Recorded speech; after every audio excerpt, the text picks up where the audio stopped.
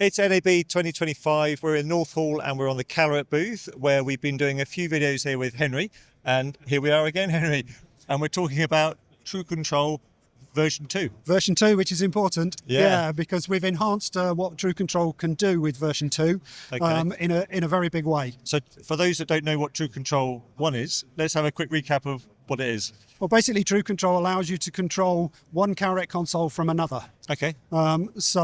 The idea behind this is to utilize your resources as efficiently and as possible, Right. Okay. and maximize what you've got. You know, the productions that you've got with the resources you've got, both people resources and technical resources. Right. So version 2. Version 2, because we can control more Calrec consoles with the protocol. Okay. So actually you can control any of our Argo surfaces, the Type R surface. Oh, okay. Also our Apollo Plus and Artemis Plus, which is running with an impulse cores you can control. And of course you can control the ImPulseV in the cloud as well.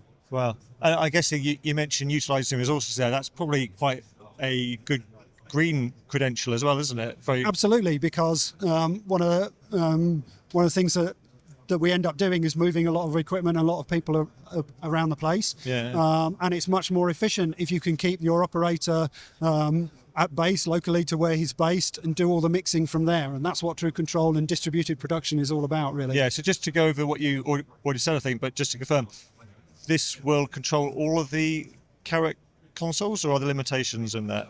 It'll control all our newer range of Right, consoles. okay. So that's the Argo Q, the Argo S, the Argo M, Type R, and the ImPulseV in the cloud. Right, and okay. also we're introducing a slightly reduced level of control, but control through True Control True for our Apollo and Artemis consoles, which are running on an impulse engine. Okay. So any of your existing customers that have got your gear can have True Control and off they go.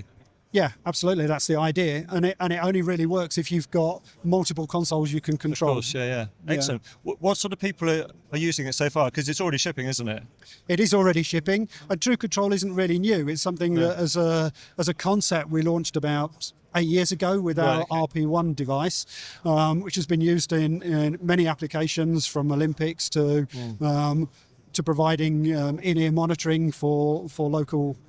Well, for a lot of events at the venues. Yeah.